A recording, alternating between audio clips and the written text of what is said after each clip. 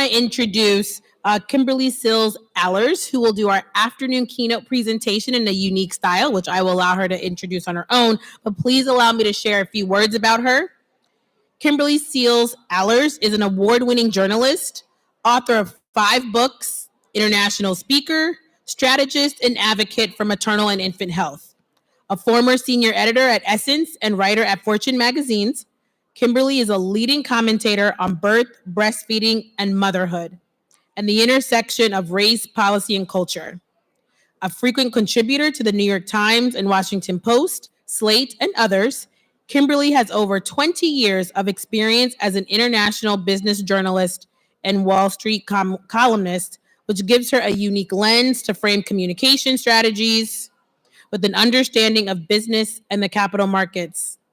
As the director of various on-the-ground community-based projects in several U.S. cities, Kimberly is also deeply rooted in the lived experience of mothers across the socioeconomic spectrum. She brings all these experiences to bear in her strategic advisement for clients, advocacy efforts, and her vision for a world that supports mothering as valued work. Kimberly has appeared on Good Morning America, CNN, Anderson Cooper, The Tom Joyner Morning Show, Fox News, and has been featured in various international and national media outlets, including The Guardian in UK, U.S. News and World Report, Essence, Black Enterprise, Pregnancy, and in various online media properties. So we are so fortunate here at the Delaware Healthy Mother and Infant Consortium 18th Annual Summit to have the Kimberly Seals Allers do her podcast live.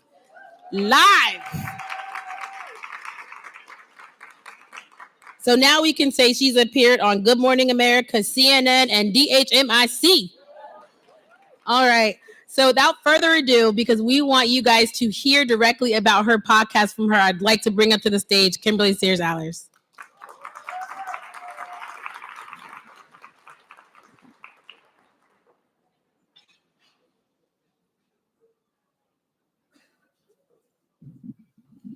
Good afternoon. I'm so excited to be here and so grateful for the invitation. Before we get into the podcast, we're going to have an important centering conversation about the value of the lived experience of care and how actually by centering voices, whether that is through storytelling or through data collection, through other means, that we actually can advance our maternal health outcomes as well as perinatal outcomes. So let's walk through this very quickly, and then we'll get right into our discussion with our podcast today, which I'm super excited about.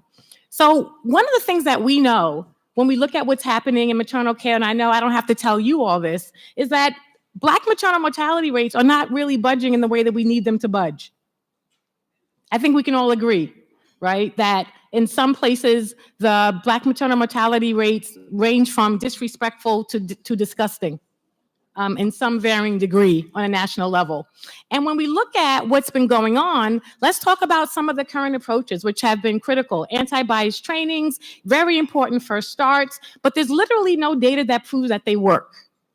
No one ever checks back in to see if that training has improved the lived experience of care, particularly for those for whom it's supposed to be helping. And unfortunately, it's become a tick-the-box exercise in far too many places, right? Next, we can think about the value of maternal mortality review boards. So grateful for the folks doing the emotional labor for that work, but we shouldn't try to solve this problem from the grave. Why does someone have to die first for us to recognize that there may be gaps in care or even bias on teams, right? What if we could learn from the living to actually prevent adverse outcomes? So let's talk about what's the challenge there. Hospitals and health systems themselves are doing a lot of amazing things, really trying to think about how they can have more community voices. But there's a medical trust gap, right? And I call it earned distrust that exists between health systems and communities of color. That's hard to scale. It's hard to scale. Response rates from Black and brown folks to HCAHPS, Press Gainies, they're declining. People report that they don't know where they're going. Anybody's reading them. And so transparency is actually the fastest way to repair community trust. Transparency is the fastest way to repair community trust. So this is what we do. I am also the founder of the Irth App. that's like the word birth, but we dropped the B for bias. Irth is the first of its kind Yelp-like platform designed just for Black and brown women and birthing people to find and leave reviews of their OBGYNs, birthing hospitals, and pediatricians. We are all about crowdsourcing and publicly sharing where we're getting great care and where we are not. But on the back end, we turn these reviews into data to work directly with hospitals, payers, and providers, right? What could we learn by listening to the community that's been most burdened by this issue? What does that mean? What could it look like? We accept reviews not just from the mama or birthing person, we accept reviews from fathers. We accept reviews from doulas. We have a special icon in the app for our users to find doula reviews because we know that they matter, right? And then on the back end, we use our doula reviews as also as a way to help health systems become more aware of doula experiences. Because we can't say that doulas are great, and we know that they are, and they're important birth professionals, and we keep sending them into work environments that are actually hostile and or oppressive, right? So how do we actually improve their lived experience as well? This is what Irth is all about. I'm proud of the ways that we're working all across this country. And one of the things that's so important, hospitals taught me this, you can't change what you can't see.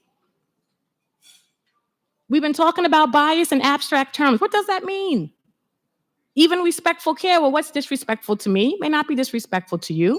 So how do we get to the details? So one of the things that we do in Irth is ask very detailed questions. What happened to you? Was it lack of eye contact? Were your pain levels dismissed? Was it that you felt your physical privacy violated? What was happening? And then we can document in detail so we can address it. And when we use technology, we don't have data lags. I don't know what's the latest data for your state, but in New York where I live, we're way behind. And we're still learning from the dead, not a way forward. So we're excited about the ways that we're using Irth. Right now, Irth is available nationwide. It's a free app via my nonprofit, available in the Google Play and Apple App Store. We have over 20,000 users to date, reviews from 46 states, and the #1 experience being reported nationwide in our database is, my requests for help were ignored or refused. #2, my pain levels were dismissed. #3, I was scolded, yelled at, or threatened. Too many Black and brown families being threatened with authorities or CPS, being called on them for decisions they're quite frankly allowed to make about their babies and their bodies. Now, let's look at #1 and #2, because I almost will promise you and bet my very tasty lunch that in every maternal death story that you've read, somebody's pain levels were being dismissed, and or somebody was asking for help and they were ignored. So how do we use a trusted community tool to develop the real-time feedback that can help us identify even the patterns that we know already that lead to harm, address it early, move us forward? This is the work that we're proud to be doing in many, many states, and really understanding how we lift up community voices as the way forward. This is what we do as well with the Birthright podcast. We're all about centering that lived experience so that we can have true data. Now, I will say briefly that when we talk about bias and racism in care, we are not talking about tiki torches and epithets. I don't believe that anybody came into healthcare with that type of thinking or ideology. But I love the definition of Dr. Kamara Jones, the past president of the APHH, who talked about racism as assigning value. This idea of someone looks at you and assigns value. Someone makes a judgment about your marital status or how many children you have, things that have nothing to do with prenatal care, but assigns value. This is what we're up against. This is what we're up against. And we can talk about it, but I would like for you to listen. There was a NICU nurse or doctor who was in charge, and she would call us every now and then to give us updates and say, well, the milk that you expressed is not enough and we need to give him formula. Is it okay? And so my husband and I, we decided, well, hey, how much does he need? Maybe I can get some more. And she just would not give us time to do it. When she would say a number, I would, do my best to get to that amount. And then she would come back with, well, we need this amount now. And it's like, there was no consistency. And I really felt like she was not on our side. So I just ended up saying yes to the formula, and then I still expressed milk, and I said, well, give him the express milk and then the formula after if you need to supplement. So she agreed to that. It was the day that the baby, my son, was able to come into our room, so about 3 days later. And one nurse, she was like laughing and joking with another nurse. It was like a shift change. And she happened to mention about, oh, this is the one who has the milk that's in the fridge. And I was like, oh, I have milk in the fridge. And she said, yeah, there's like a lot of milk in there. And so come to find out, the NICU nurse who was in charge, I guess at that hospital, they're in charge for like 2 or 3 days in a row. She was not giving my son the express milk. Did you hear it? For those of you who are used to reading data about Black women and their experiences on paper, sometimes you need to hear it. Did you hear it? Don't let anybody tell you that Black women don't want to breastfeed their children. What we're learning in Irth App about the ways that people are being stopped from their own journeys is really unacceptable. Really unacceptable. Who is worthy of having the milk that they worked hard to express given to their baby? Who is worthy of having their wishes accepted and complied with? This, my friends, is what we are talking about.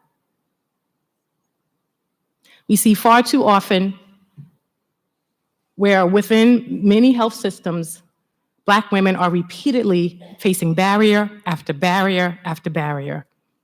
Some of those deal with communication. She was moving around. Her heart rate was healthy. It wasn't in distress. So there was no concerns for her. So at that point, I kind of felt reassured, but no one was telling me anything. I had multiple nurses, resident doctors, the covering doctor come in, and everybody was checking me. I had like 3 vaginal exams at that point. They were checking my cervix, but no one was actually telling me that this is what they were doing. And so it got to a point where I had to ask, and I was like, so can someone tell me what's going on? And a nurse came in and she was like, I think we should wait until your doctor gets here. No one told me my doctor was even called and that he was on his way. So that alarmed me. And then another nurse came in and she said to me, you have a partner or someone who's supporting you through this pregnancy that can come with you. And I was like, yes, I have a husband and he's not here right now, but do I need to call him so that he can come because he's at work? And she's like, yeah, I think you should have somebody support you right now. But no one wanted to tell me why I needed support.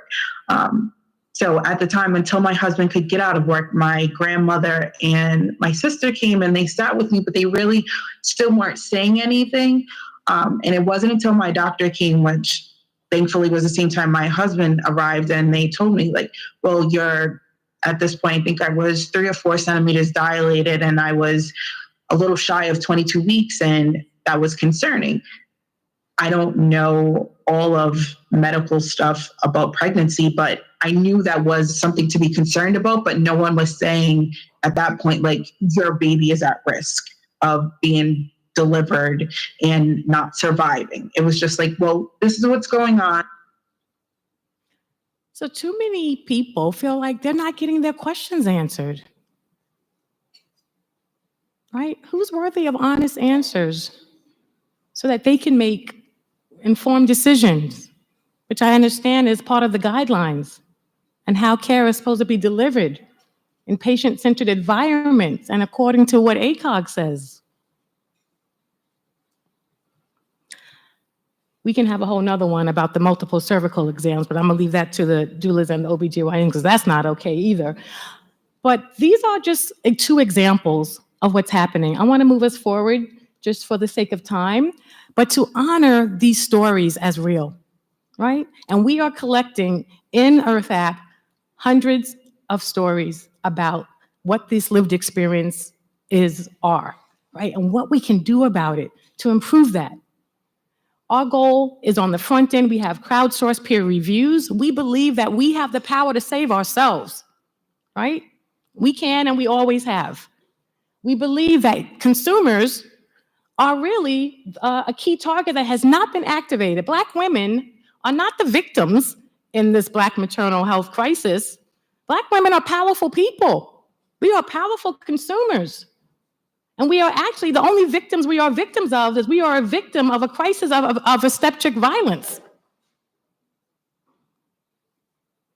We believe in hyperlocal data. Racism in New York City is not like racism in Birmingham, Alabama, which is not like racism in Wilmington, right? We need community-centered solutions.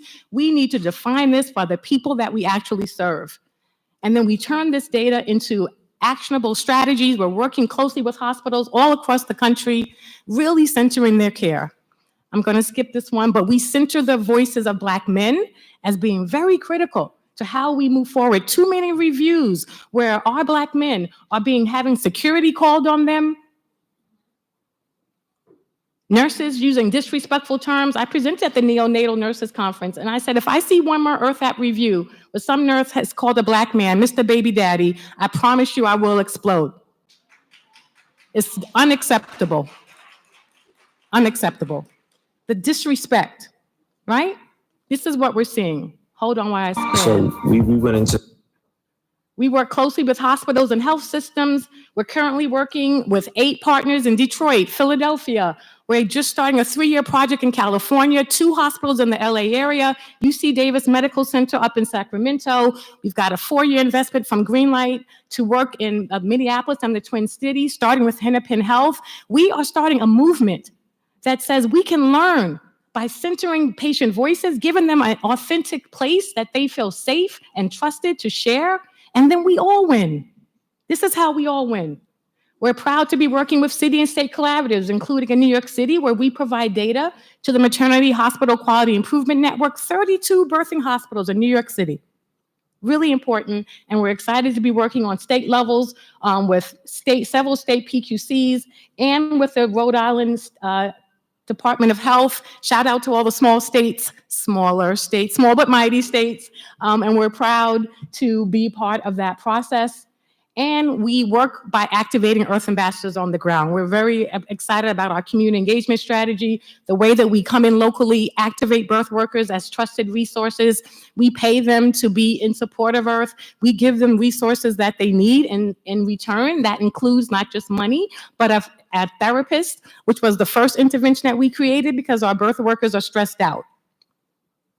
Our vision is that we are the good housekeeping seal of approval, that Black and brown people have something they can look for to say, I want my provider and this hospital be Earth approved. And that hospitals get to say, you know what? I know that we have to answer to other regulatory agencies and state authorities, but until the community says they feel seen, heard, and respected in our facility, we still have more work to do. So we're excited to see how our hospital pilots become Earth-approved partners. We'd be honored to work with becoming the first Earth-approved hospital in your state. But we know that we will not get to birth equity without accountability and transparency, right? Our evidence base, because everyone's talking about evidence base, which is so important. But for years, I've been asking evidence based on whom? Evidence based on whom? So we need a new evidence base that actually centers those who are being disproportionately harmed by the current system. We want data for all that's accessible. And we look at transparency as the fastest way to trust.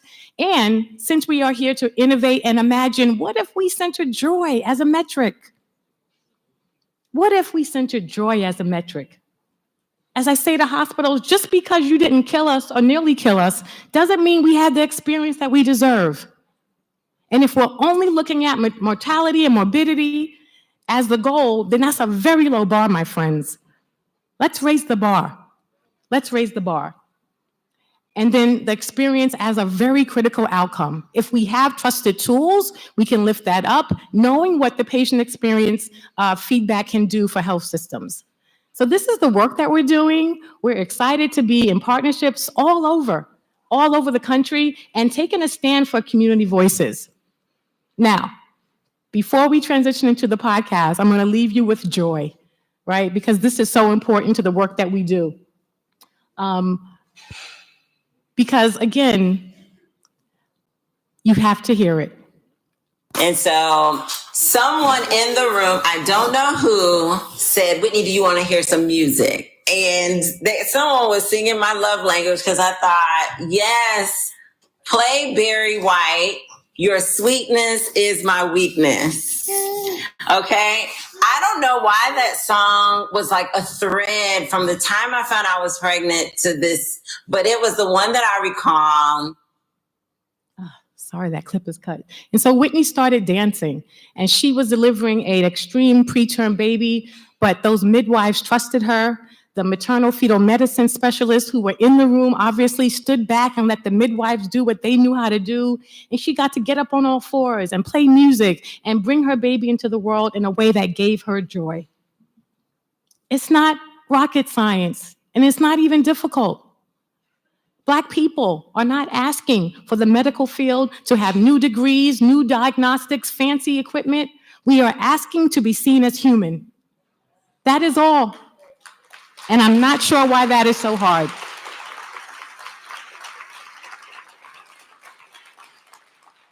And so our mantra for today, and wherever I stand, is whatever the question, the answer's in the community. We've been trained to think answers are in academic journals, medical things, NIH, that's all great. But I assure you, whatever you are struggling with, the answer's in the community. And if we can center community voices, give them trusted tools, take the lessons, then we will get there. And I'm excited that we're all here to get to work. Thank you.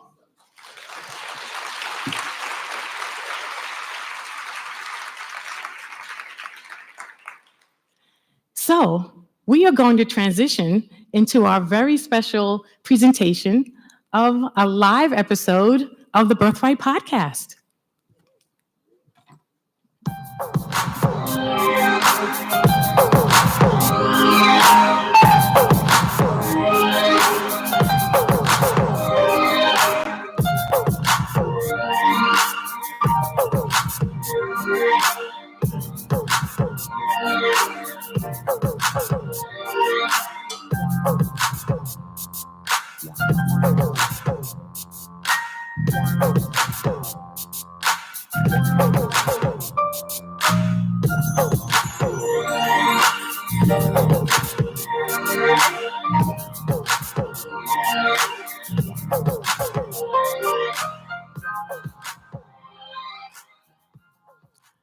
All right.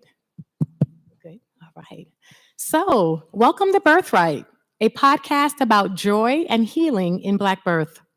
I started Birthright because I was deeply concerned about the narrative in Black maternal health, which was focused on doom and gloom narratives, highly sensationalized headlines of Black women dying. And I asked the question, what about joy?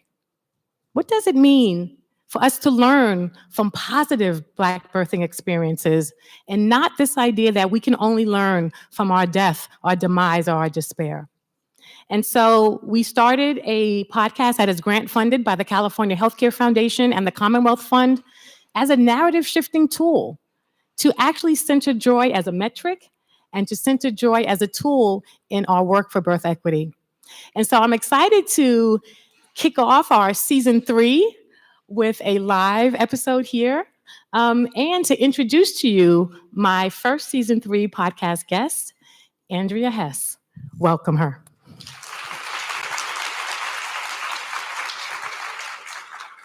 Andrea is a mother of 2, an entrepreneur, an inventor, and you consider yourself to be a recovering attorney. Tell us, what exactly are you recovering from? It's a good question. I'm also a native Delawarean, so Okay. I'm very proud of that. Yes. But in terms of your question, I think everyone has to find the thing, the job, the purpose that fits them. And what I discovered is the culture of that life did not fit me. So I love the intellectual rigor. I love that. It was the stress. It was the format, the function. I ended up practicing for some years in Washington, D.C., and it was just a a lifestyle that did not fit well with me. So I'm recovering from that. Well, one of the themes that's really important when we talk about Birthright and this idea of centering Black birthing joy is that this is not to whitewash the realities of what's actually happening in Black birth. In fact, we often talk about how joy is happening not because of, but in spite of, right? Not because of, but in spite of. And that in small ways, whether that's Whitney's music, right? Or the support of her midwives, that people are finding these moments of joy that mean so much, and allow them to walk out feeling whole, seen, and complete, right? Not that trauma and disrespect that can be so common. So, can you give us an overview of kind of what, let me say this. We're going to talk primarily about the birth of your second child, which was informed by your first pregnancy experience. Absolutely. So in that first pregnancy experience, just give us a brief overview of what robbed you of your joy then. Yeah.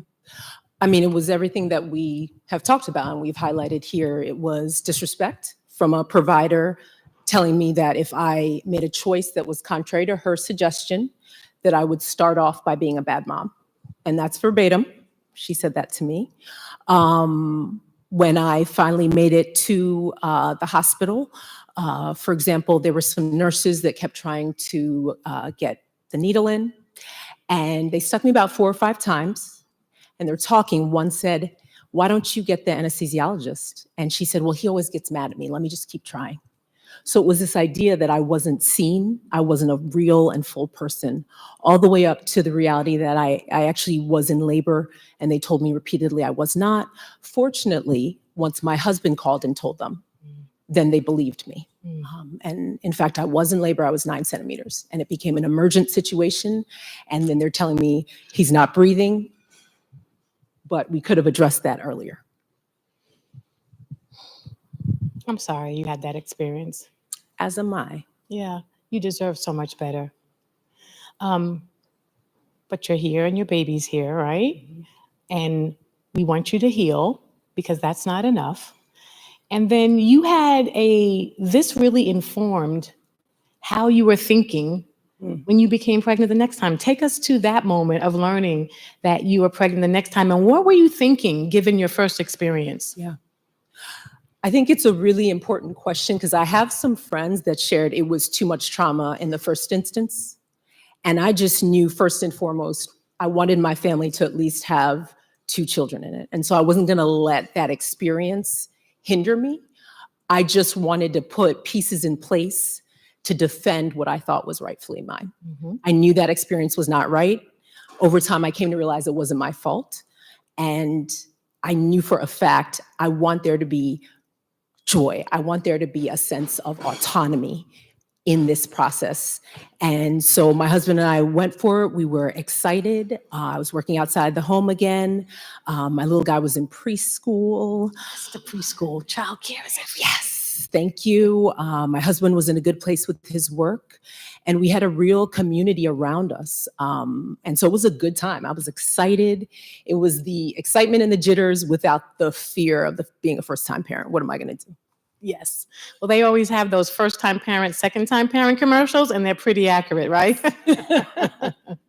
So you had this, so your pregnancy started with joy, right? It did. Started with intention and hope and, thinking about growing your family. This vision got interrupted fairly early in your pregnancy. It did. Yeah. It did. Tell us about that. So I was at work. I had a fairly demanding client. I was going to jump on a call at 5. I went to go get ready, went to the bathroom. I saw some heavy bleeding, called my provider. They immediately said, "We just closed. You're going to need to go to this other center to get care." I packed up my laptop. I let everyone know, let the client know someone else would be pinch hitting. I thought to myself, 2 hours tops. I left 14 days later. And they told me I was in preterm labor and it was fairly serious. And so we needed to consider delivery. That was about 21 weeks. And one thing I distinctly remember was the statement, "We'll need to take the baby." And that, when I heard that, I immediately reminded myself, oh no, it's not going to be what it was last time. This time, I'm going to share with you, we are having a conversation, because you're not taking the baby. I don't generally self-identify as an attorney because I don't think I should need to subtly threaten you to get good quality care. Mm-hmm. Yeah. I think as Black women, we often feel like we have to wear our credentials. And I often share that when my children were little, I was petrified of taking them to the doctor. I had a whole outfit hanging on the back of my door for an emergency purposes because I was never going to show up in an emergency room with sweatpants and a t-shirt. I was afraid of that. That's right. It was just, it was an outfit just for that. That's right. Because it's a constant vigilance. It's a constant vigilance, and we're constantly being judged. Remember, who is worthy, right? And these judgments can even include what you do, how you're dressed, right? When one time I was there with my son, and I was in the middle of an allergic emergency, and the doctors had came back to me like, Miss Allers, what do you do? Are you an attorney? Are you a teacher? And I'm like, does that matter? Right. I'm like, well, I'm Michael's mom. That's the most important job. Why are you trying to figure out what I do for a living? Right? So always trying to put you in a box because that's what they use oftentimes to determine what type of care you get. Yeah. So kudos for you for recognizing that, but also knowing when you needed to, as they say, pop the collar and let folks know. So tell us a little bit more about this experience. Yeah, it was difficult, but again, I felt so equipped.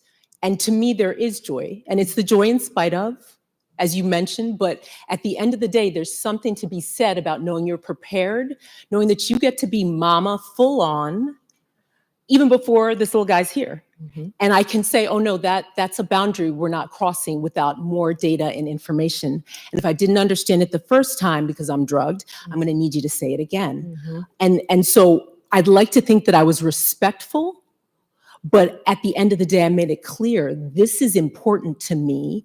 I matter. And so we were able to have the conversation. Ultimately, we decided to take interventions to try to tamp down the preterm labor, and it was successful. Mm-hmm. And I was really happy with that outcome. But we had shifted from this, we're going to do this, to let's have a conversation about the pros and cons of two different potentialities here. Mm-hmm. Mm-hmm. So you got to go home. I did. I assume you were on bed rest and not doing much, right? Correct. And then how many weeks later, then what happens? So to my credit, I did what they told me. I laid in that bed. I ate a whole bunch of brownies, but I laid in the bed and I did not do a lot. I had friends come. I had community come. I had people who supported me. So it looked different than I had intended. But I still had that sense of joy. I had that community. I had people around me kind of holding me up. And it worked. We kept them in. Everything looked good. I got to 39 weeks. I was excited. Did it. Yes. Got to 39 weeks. And then I went to my 39-week appointment. That was my one outing for the day. I was dropped off right at the door. I didn't do any excess walking. I was wheelchaired in. Everything looked good. And basically they said, we'll see you next week. And they said, you need to be mindful of any cramping, any bleeding. And they gave me a litany of things to be aware of. And they said, you don't expect that to happen. Everything looks good. We'll see you next week. And I expected that to be the case, but I saw them that night. So, I went home. Husband did bedtime routine, decided he was going to go see a friend because he was going to be on lockdown. Very soon. He had that one last outing. I put my feet up. Mm-hmm. He brought everything near me so I didn't have to move. Everything was good. He told me where he was going to be. Mm-hmm.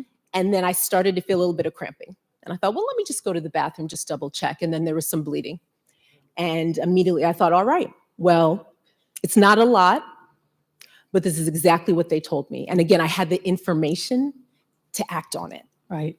So I got to call the shot in that situation and feel empowered. I immediately called a girlfriend, and then I called my husband. The girlfriend, I said, can you make it? She said, I'm on my way.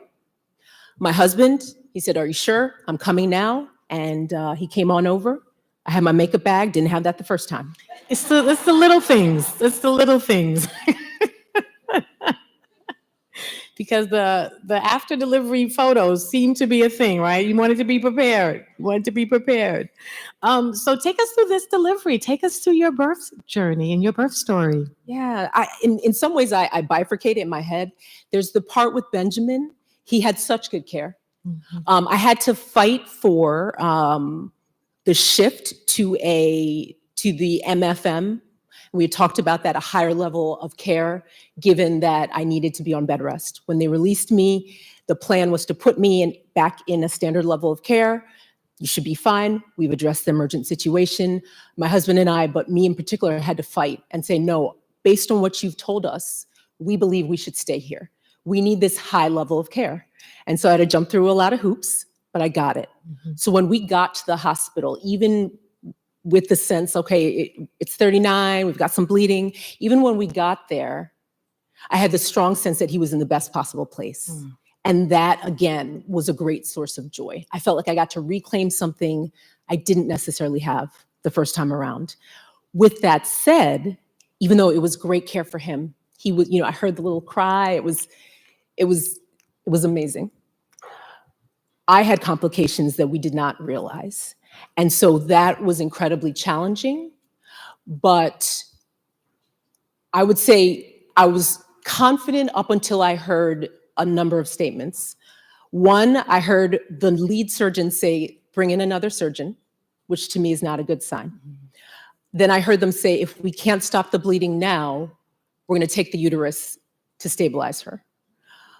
And so those, when you start hearing that, you're like, okay, right. All right, so this is serious. Right. Ultimately, obviously, it was a positive outcome and they stabilized me. They did not have to take evasive action. But when I really realized it was that serious, is that ultimately months later or sometime later when I went back to my provider, she gave me a big hug. And she said, you have angels watching out for you because I read your notes and we would not have been able to care for you at the hospital where I have admitting privileges. Mm. So it really validated the choice, the fight that we made, knowing that had that occurred where they wanted to re-release me, they would have had to then transfer me to a higher level trauma unit, all while that was occurring. So it really felt like not only was it a great outcome for my son, but for me too. Mm-hmm. And it was validated to have my provider give me a hug and say, we could not have done that. You made the right choice. Right. Tell us what it was like when you first saw Benjamin.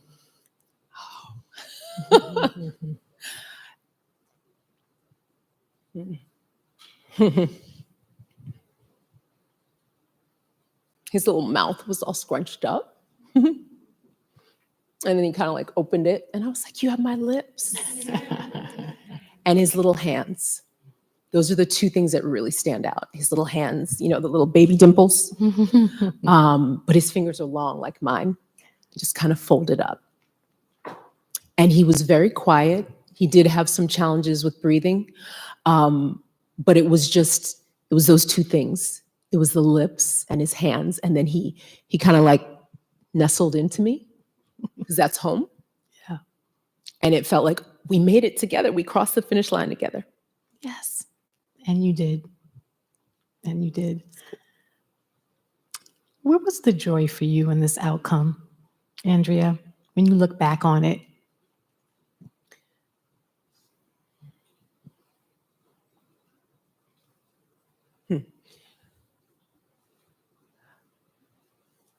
The big bucket is obviously getting to take him home.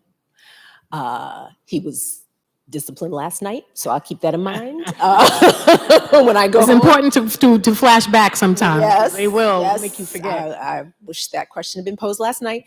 But all jokes aside, the joy of bringing him home, the joy of getting to retake the narrative with the second one. Also, honestly, the friends at every step of the way, particularly when I was on bed rest, when they would come to the hospital and eat in front of me, foods that I wasn't permitted to have. Even the community of nurses saying, "Oh, your girlfriend's here. Oh, is this a different girlfriend?"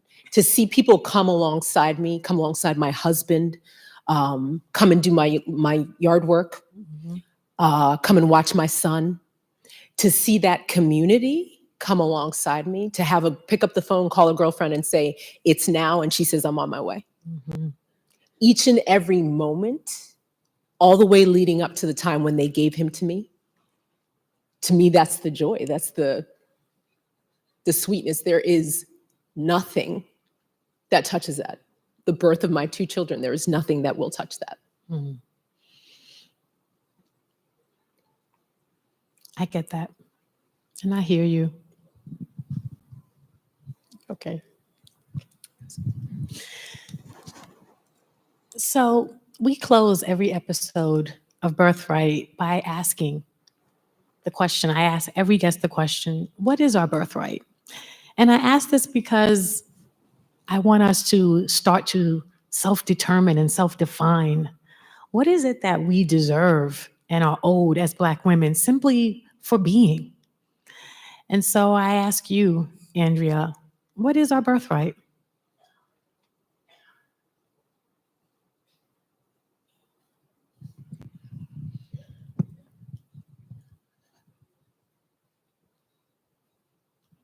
I would say full opportunity for respect, love, faith, and autonomy.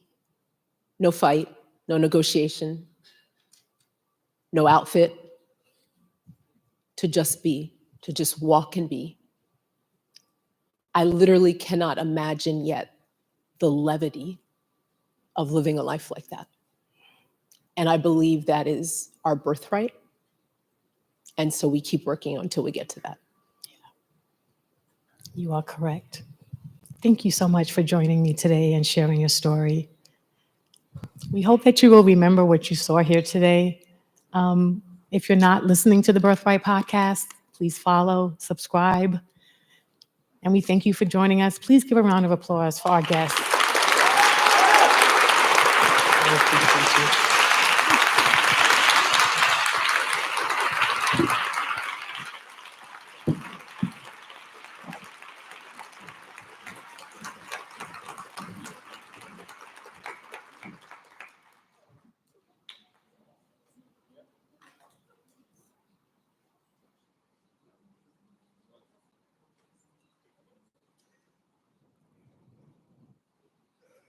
Thank you. Hello, everyone. We now will have a break until our next breakout sessions at 2:25. The continuity of care for well women breakout will stay in the Riverfront Ballroom in here, and we will have